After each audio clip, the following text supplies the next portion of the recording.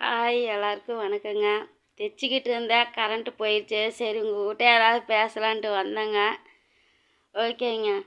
இப்போ எங்கள் வீட்டுக்காரெல்லாம் இருக்கிறாங்களங்க. நாங்கள்லாம் ரொம்ப கஷ்டப்பட்டோங்க, எவ்வளவோ கஷ்டப்பட்டோம். ஆனால் எங்கள் வீட்டுக்கார் இது வரையிலும் நான் சொல்லுவேன், நாங்கள் 2 பேரும் சண்டை ஓட்டுக்குவோம், அடிச்சுக்குவோம், உதச்சிக்குவோம். ஆனால் ஒரு நாள் கூட நாங்கள் விட்டுட்டு இருக்க மாட்டோங்க. அந்த மாதிரி அடுத்த நிமிஷமே சண்டை கட்டிட்டு எங்கள் வீட்டுக்கார் வெளியில் போயிட்டா கூட நான் எங்கள் வீட்டுக்கார் வர வரைக்கும் வெளியிலேயே நின்று எட்டி எட்டி பார்ப்பேங்க, வந்துடுவாங்களா அப்படின்னுங்க.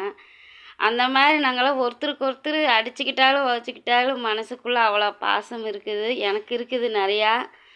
அப்போது எங்கள் வீட்டுக்கார் எப்படி தெரியுங்களா, எவ்வளோ கஷ்டம் வந்தாலும் மாமனார் வீட்டில் மாமியார் வீட்டில் போய் எதுவுமே வாங்கக்கூடாதுன்னு நினைக்கிற ஆளுங்க.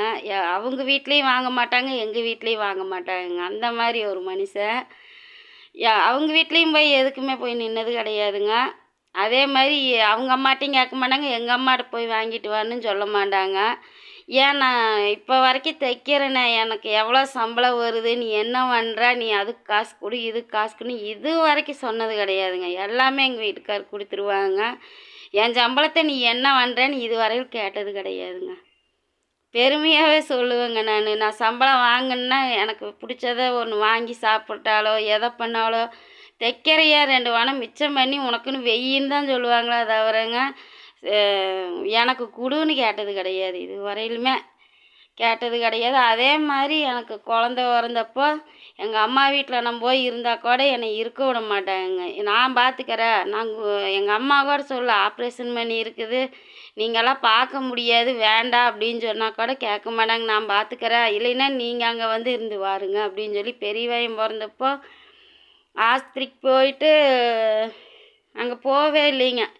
இங்கே வந்துட்டேன், இங்கே கூட்டிகிட்டு இங்கே இருந்தேங்க. நானும் எங்கள் அம்மா இங்கே ஒரு மாதத்துக்காட்டம் இருந்துச்சுங்க. அப்புறம் எங்கள் அப்பாவுக்கு சாப்பாடுக்கு சிரமமாக இருக்குதுன்னு சொல்லிட்டு நான் கூட்டிகிட்டு போகிறேனுங்க அப்படின்னு சொல்லிச்சு.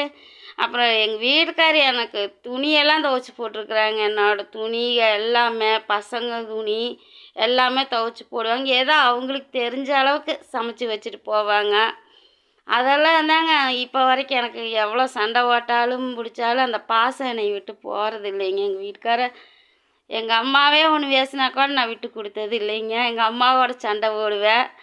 எங்கள் அம்மா இப்படியெல்லாம் தண்ணி போட்டுட்டுருக்குறாங்க, நீ எதுக்கு கூட இருக்கிற, வா அங்கே இரு அப்படின்னெல்லாம் சொன்னால் கூட போக மாட்டேங்க நான்.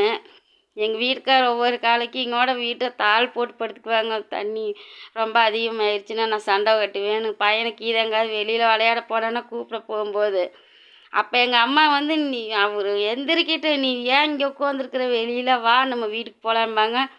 அவங்க கதவை நீக்கிற வரைக்கும் நான் அங்கேயே உட்காந்துருப்பேங்க. அப்புறம் எல்லா கஷ்டமும் பட்டிருக்கிறேன். இருந்தாலும் எந்த சூழ்நிலையில் நாங்கள் ஒருத்தருக்கு ஒருத்தர் விட்டு கொடுத்துக்கிட்டது இல்லை. அதனால தான் இன்னைய வரைக்கும் நாங்கள் ஒத்துமையாக வாழ்கிறோம். ஆனால் இதே மாதிரி ஒரு புரிதலோட எந்த பொண்ணாக இருந்தாலும் பையனாக இருந்தாலும் காசு வரதுக்கு ஆசைப்படாமல் பாசத்துக்கு மட்டும் கட்டுப்பட்டு இருங்க. ஏன்னா இப்போ எங்கள் வீட்டுக்கார் என்கிட்ட அதை வாங்கிட்டு வா இதை வாங்கிட்டு வான்னு டார்ச்சர் பண்ணியிருந்தால் கண்டிப்பாக நான் மற்ற பொண்ணுங்களுக்கு சொல்கிறேன் பார்த்தீங்களா, அதைத்தான் நான் செஞ்சுருப்பேன். எங்கள் வீட்டுக்கார் என்ன இந்த குடிச்ச ரகலை பண்ணுறத தவிர மற்றபடி காசு வனத்துக்கு அடிச்சுக்கிட்டது கிடையாது. அதே மாதிரி கஷ்டமான ஒரு சூழ்நிலையில் எங்கள் அம்மா 5 நகையை கொண்டு போய்